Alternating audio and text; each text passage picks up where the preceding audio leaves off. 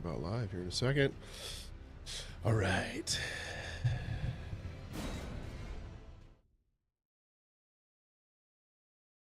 We're sending data. Streaming. All right, good morning. Welcome to Manhood. Today is, what is today? Is it Thursday?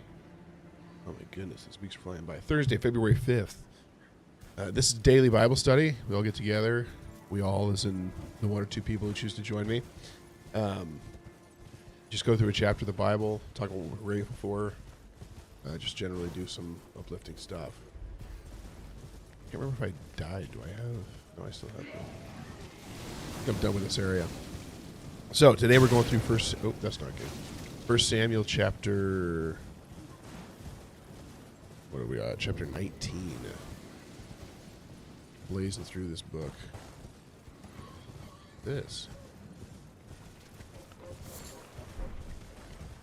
Nothing really helpful. Let's do this. Let's go over here.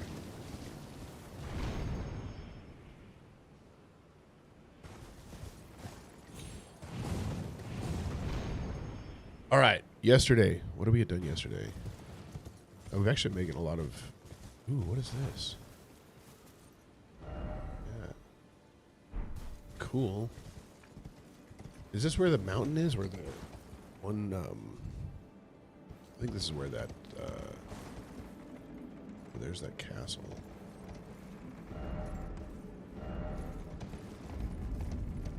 Mount Gilmer, yep. Let's head up there. Fun.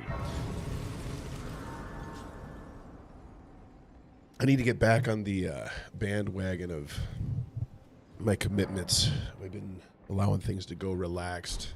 Just trying to raise a fifth child. So I got to work on that. I've been mainly focusing on just being present at home and at work, which is good. I think it's what I needed to do for the time being. But I would like to get back into it. So today what I want to do is I want to ensure that I get a workout in. I got one on Monday, but not Tuesday or Wednesday. It's fighting over here.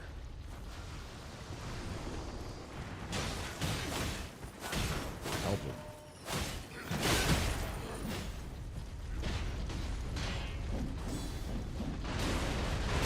Ouch. Oh my goodness. Whoa, okay. My bad. Yeah, so I want to get back onto that. I also want to do better at eating high protein. What's up? Oh, we're back with Bull's mom. Welcome. Hey, tell us a story about Bull when you have a moment. We'll all pay attention and listen in. He's one of the more important people here, as well as you now, showing up more than once. The other thing. So what else? I got to. I had been regularly writing the word every day, and I've kind of gotten relaxed on that as well. I want to get back into that, so I'm going to be bringing that with me today to work. One of my goals, because over the next 5 or so years, I want to handwrite the Bible. Do we need to fight this thing? Probably do. It's probably important. Oh, I should pick up that though. Here we go. Okay, gratitude for the day.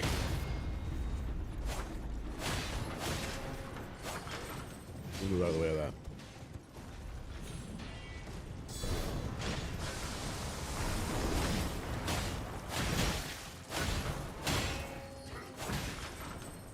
What am I grateful for this morning? Oh, yesterday we had a... What's up, Bull? Welcome. Yesterday we had a really cool situation. I'm very grateful for who I get to work with. The owner of the company that I work for, both him and I are strong believers. And yesterday we had a situation where we're trying to make some pretty big decisions about the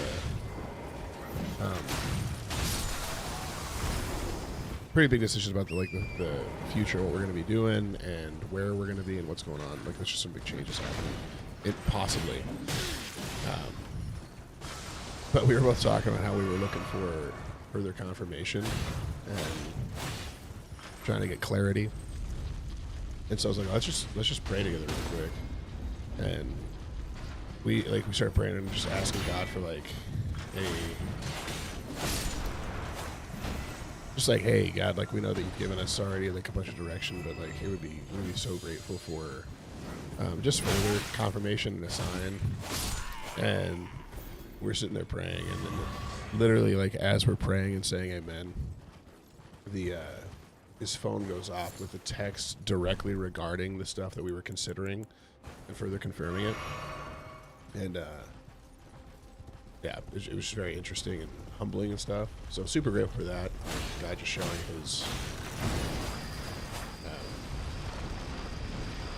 his willingness to bless us and his willingness to speak to us. I wonder if they can grab you while you're on the horse. What happens then? Ouch. I don't want to kill all. Look, there's so many of these things. I'm not going to kill all of them. It feels like not a good use of time. Is there anything worth picking up, though? What's that?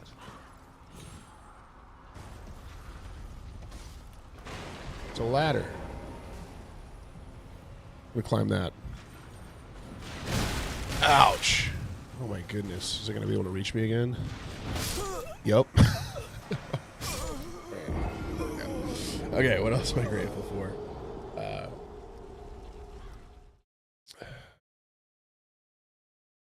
We've had like so many people bring us meals after, and I think I've said I'm thankful for something like this before. But it's just been cool to see. It's been cool to have people in, and like it's also been odd. Like we've invited people in when they bring over food, and that's like a rarity. And to be fair, like we haven't done that in the past. But that's a rarity to a lot of people to be invited into the home to like see the baby and stuff. And it's just been a blessing. It's been good.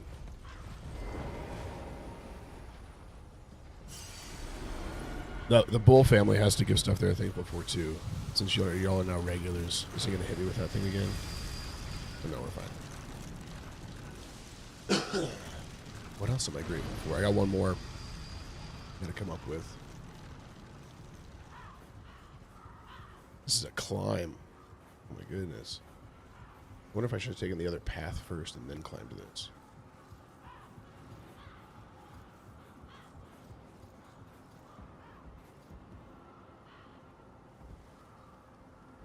Well, you got to give us something you're grateful for, Bull. I'm grateful that you're here. I feel kind of humbled. I'm not sure that. One of the reasons I started this was like I felt led, and I started posting regularly on social media as well. And like I felt God be like, hey, like I get concerned. Like I don't think I'm very good at this. And I mean, we can get better. You can always get better. But one of the statements I kept hearing in my head was like, it's not about it being great or perfect. It's about it being. And so I've just taken that as like conviction, just started doing it every day. But it feels odd having people that actually show up and watch. So I appreciate you. That's my last gratefulness right there. There you go. It's Bull, and now him inviting his whole family into the thing, and demonic blood, you know? His name still unsettles me a little bit. But that's okay. We'll be alright. Let's kill this friendly wolf who's just sitting here doing nothing. Oh, you're actually sending a story about him. Okay. One of your very favorite memories of him, he was about 12-ish years old, and I was scrubbing the bathtub, and I walked by the door, and we were joking about the cleaner being so strong, and I made a comment about dying. He went into the kitchen, and when he came back to the door, he said, "Mom, superheroes never die." My heart was absolutely overwhelmed. Wow. That's a pretty good story. So Bull's mom is a superhero. That's great. Thank you for sharing. That was awesome.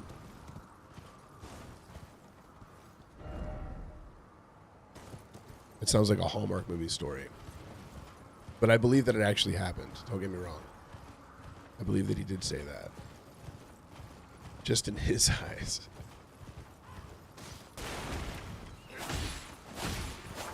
Over here, I was thinking Bull was still 12, so this is good to know.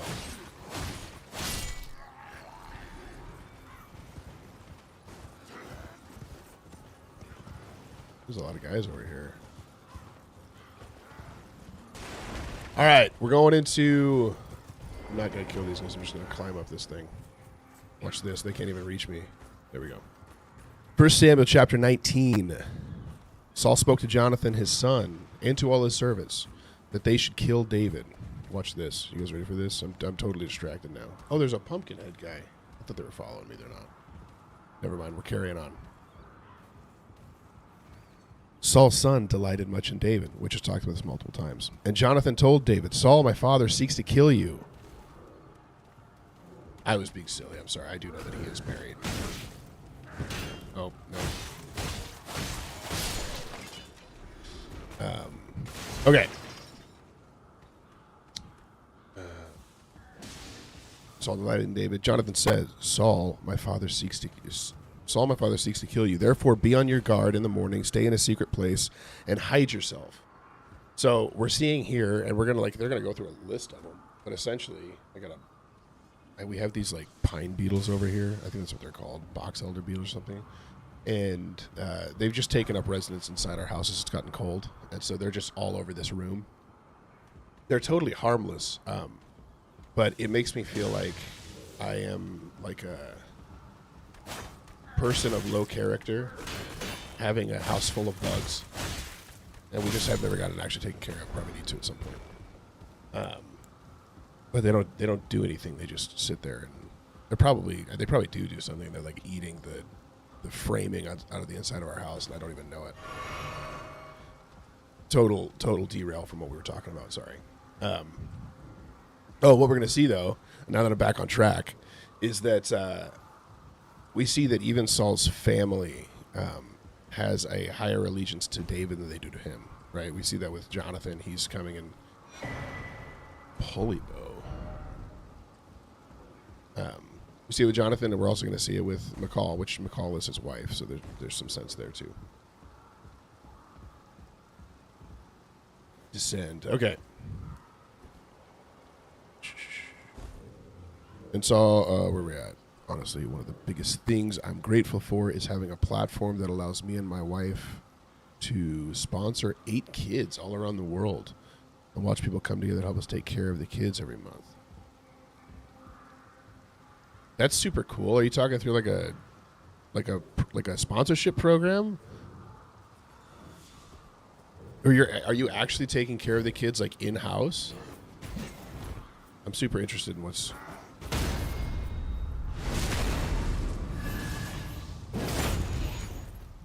I'm assuming since you said around the world. Is this like the, we've done the...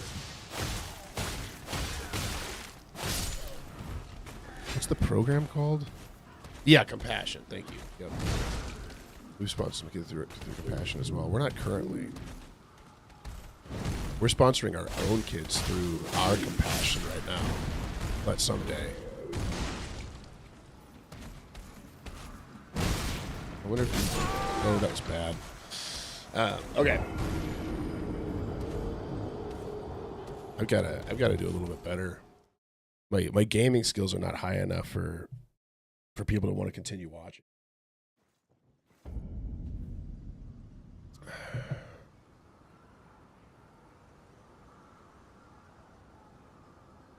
Oh, that's huge. Bull's mom is right. That's a really important part of this. Let's keep reading it and actually talk through that. Okay, Jonathan told David, go hide. And I will go out and stand beside my father in the field where you are, and I will speak to my father about you, and I will learn. And, if I learn anything, I will tell you. So, he's doing him a solid. I need this thing. Never mind. Never mind. Hello. Ouch. Oh, they're all throwing lightning.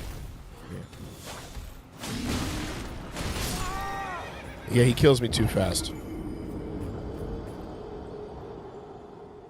Jonathan spoke well of David to Saul his father and said to him, "Let not the king sin against his servant David, because he has not sinned against you, and because his deeds have brought good to you." So this is an interesting perspective as well. One of the things that I find, and there's actually a lot to learn here about like human interaction and how we approach people when trying to persuade them. Jonathan understands his father, and he understands the pride of his father, right? And we'll get into what Bull's mom was talking about as well, with like David's humility and David's like love for Saul and respect for Saul. But I do find the way that Jonathan talks to Saul and calls upon him, essentially it draws to Saul's pride. Like Saul needs to be seen by the people as a good man, needs to be seen as a strong man, as fair and as compassionate. And so it's not about him actually being fair and compassionate. It's about him appearing that way. And so he says, hey, like, you can't do this thing to David. David's done nothing wrong to you. He's been good to you. He's done this for you. And calls upon, like, what actually... We got him. That's what I needed. He calls upon the thing that Saul actually cares about. What is this?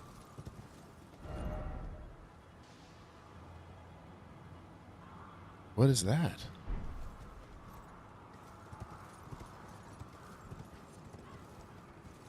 Oh, is it this? Do I follow these?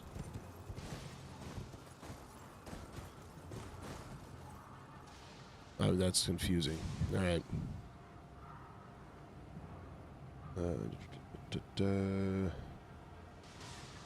For he took his life in his hand, and he struck down the Philistine, and the Lord worked a great salvation for all Israel. You saw it and rejoiced. Why then will you sin against innocent blood by killing David without cause? And Saul listened to the voice of Jonathan, and Saul swore, right? So Saul is swearing now in the presence of Jonathan, as the Lord lives, he shall not be put to death. And Jonathan called David, and Jonathan reported to him all these things. And Jonathan brought David to Saul, right? So he believed this enough to like say, hey, let's bring you back into his presence. And he was in his presence as before. So he's playing the lyre. He's giving him rest and peace from the evil spirit or the tormenting spirit that God was sending upon him. What does this thing say? Oh, it's patches. Oh, strange place for a chance. I thought I could use a rest. Right, over there. See that? Does he kick me into that hole?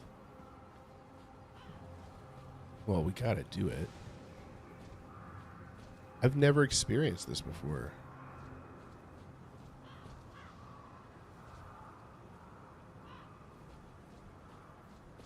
I didn't know this happened in this game at all. For any of you that don't know, this is a very, very common theme in all of these games. Is this dude, this bald guy, lures you into something and then he kicks you off a cliff. Every time. Every single game. Did we lose connection? Well, oh, no, we didn't. If you really are that gullible. Let's see. Every time. And it's important that you always partake in it. That's one of the most important things you can do is actually not just kill him. Then stay away from the Volcano Manor. That was great. Bye now. All right. Okay, so he's back in his service. Uh-oh. Oh, no. These things are not good. Don't roll into that. Don't roll into that.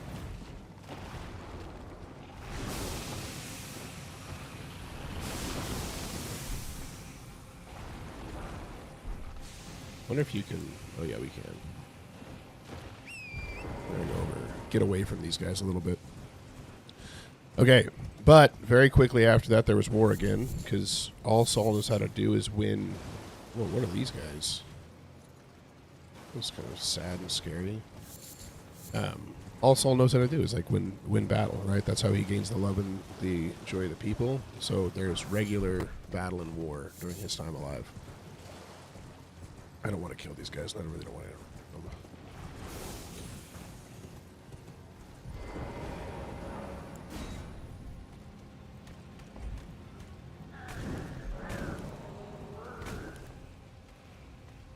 Oh, I can't do anything. But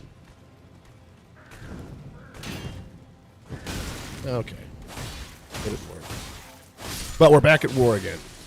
And David went out and fought with the Philistines and struck them with a great blow so that they fled before him. Okay, so David's doing good work for Saul again. And that's bad. Don't do that. And Saul sought to pin David to the... Oh, sorry, I jumped ahead. Then a harmful spirit from the Lord came upon Saul as he sat in his house with a spear in his hand, and David was playing the lyre. And Saul sought to pin David to the wall with a spear, but he eluded Saul so that he struck the spear into the wall, and David fled and escaped that night. Saul sent messengers to David's house to watch him, that he might kill him in the morning. But Michal, David's wife, told him, "If you do not escape with your life tonight, tomorrow you will be killed." So once again, we see...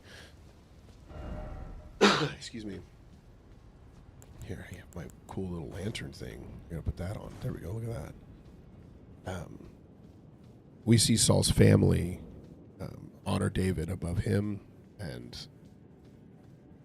that's just been interesting to me. So Michal let David down through the window, and he fled away and escaped. Still don't have enough. Michal took an image, which I don't know exactly what this means, but it makes me laugh, and laid it on the bed and put a pillow of goat's hair on it at its head and covered it with clothes. When Saul sent messengers to take David, she said, "He is sick." Then Saul sent messengers to see David, saying, "Bring him up to me into the bed that I may kill him." So he's pretty flat out open. Like wide open with, "Hey, I'm going to kill this guy. Let's get it done."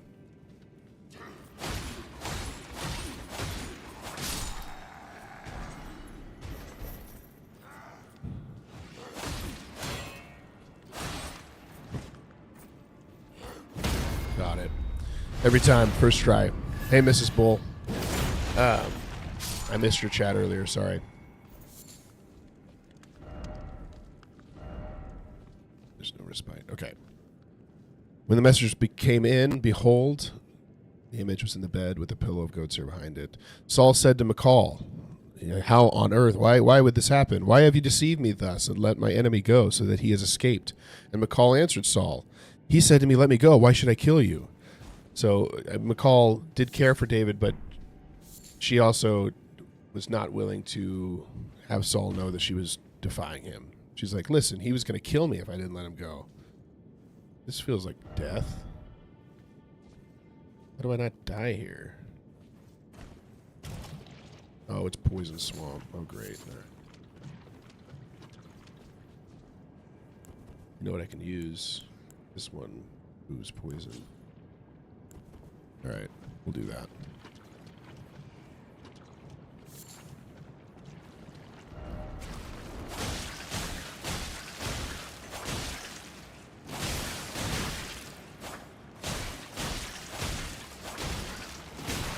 I'm not sure this guy's worth killing.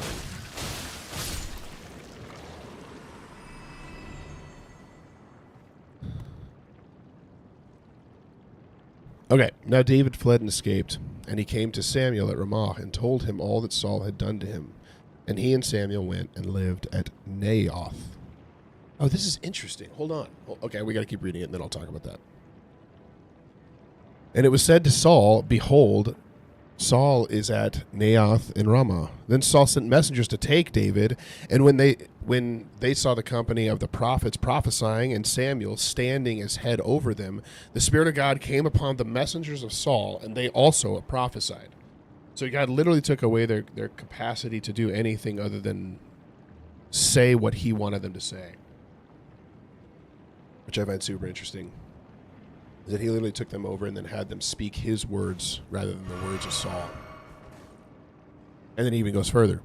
When it was told to Saul, he sent other messengers. They also did the same. They prophesied. And Saul sent messengers again the third time, and they also prophesied. Then he himself goes to Ramah and came to the great well that is at Siku.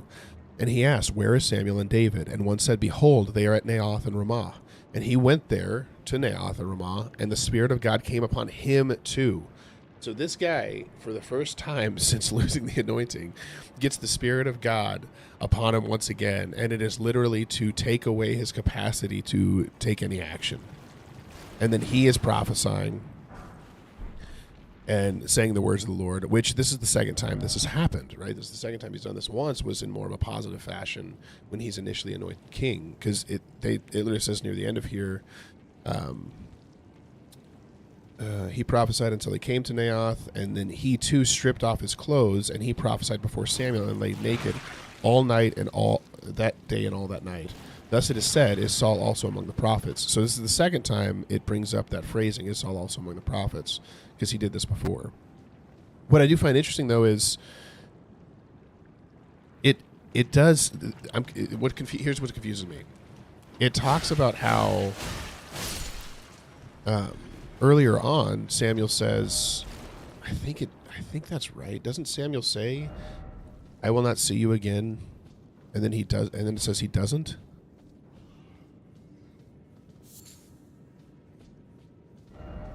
Maybe I'm thinking of something else. I gotta look it up. I'm looking it up. Y'all hold on for a second.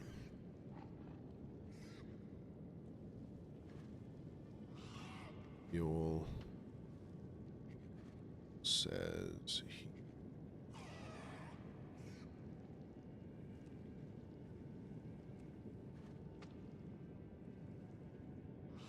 First Samuel 15, after King Saul disobeyed God with Agag. Oh, maybe I'm reading it wrong. Okay, 1 Samuel 15:35. I'm going over there. Sorry for just standing still.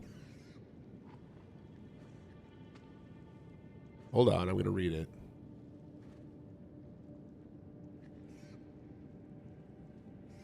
Samuel went to Ramah, and Saul went up to his house in Gibeah. And Samuel did not see Saul again until the day of his death. But Samuel grieved over Saul, and the Lord regretted that he had made Saul king over Israel. So how does that make sense? Bull's mom, give us some wisdom. How does it say he never saw him again, but then it also says Saul comes, strips naked in front of him, and prophesies before Samuel, and lay naked all day and all night? Oh.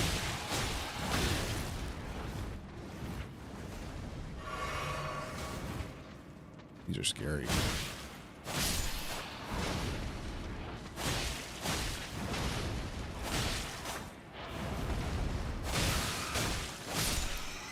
We got him.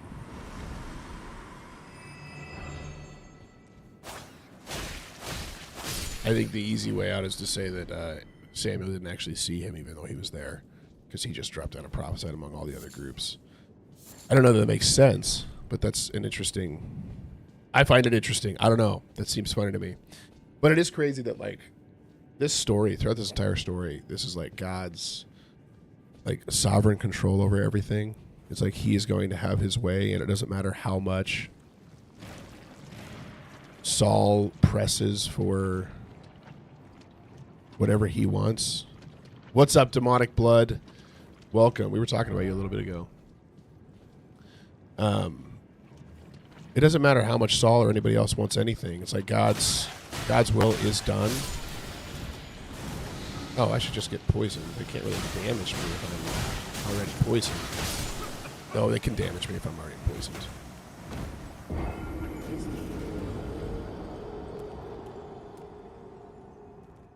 What is that character?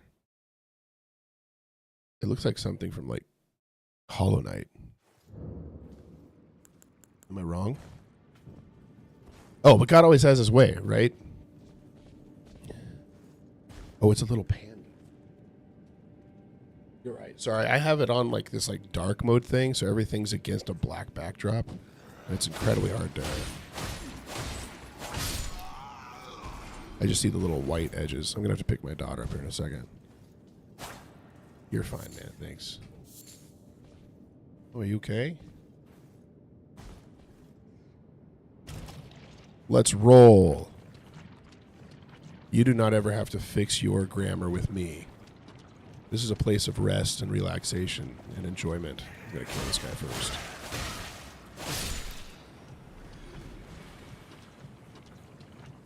Okay, I'll finish my thought now.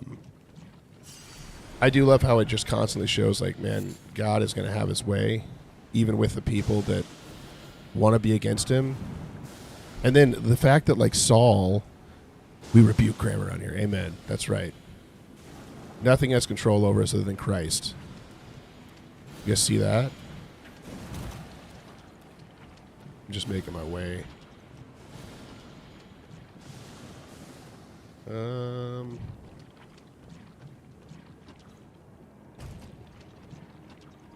Watch this.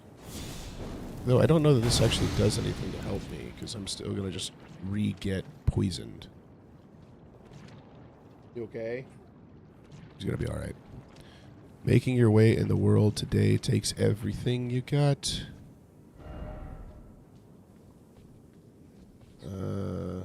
Okay, so it's trying to start me off poisoned.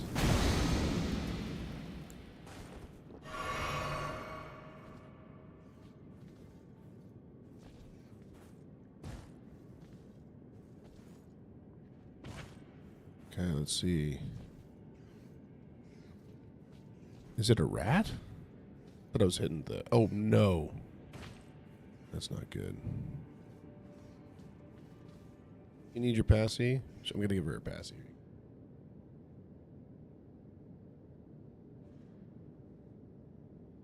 She doesn't want her passy, so that's not going to work out.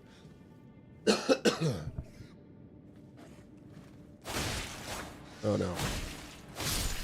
We're all right. We're all right. Don't do that to me. It's lying to me.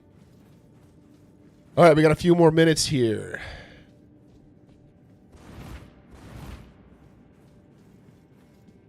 Oh, here we go. Strong foe ahead. Prawn ahead. Try fire. I do have some fire.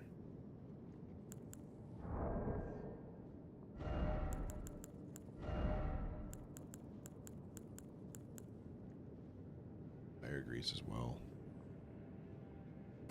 Put that in our pack. Do we have anything that we can throw of fire? Not really.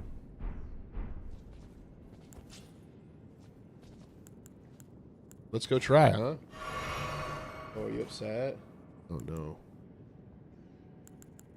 Let's do this. Did you not get the wondrous pot?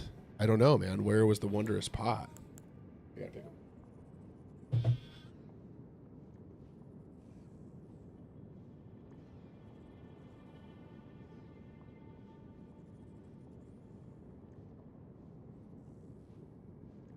Yep, right. That better.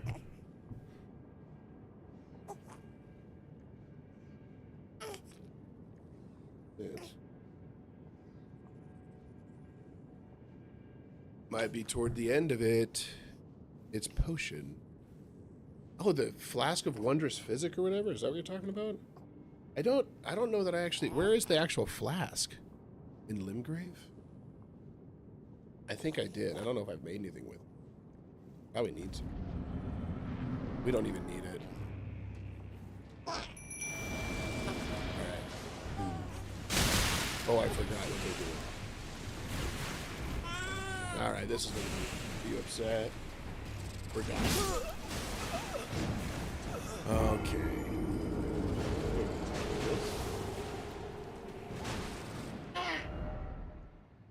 She's been in discomfort for a while. Oh. Here you go. All right, I think we're taking off. This has been fun. We'll be here tomorrow. You guys can listen to her scream a little bit. And yeah, you guys have a great day. Here you go. You want to talk to him? There you go. Let's get out of here. We'll see y'all tomorrow. All right. Bye.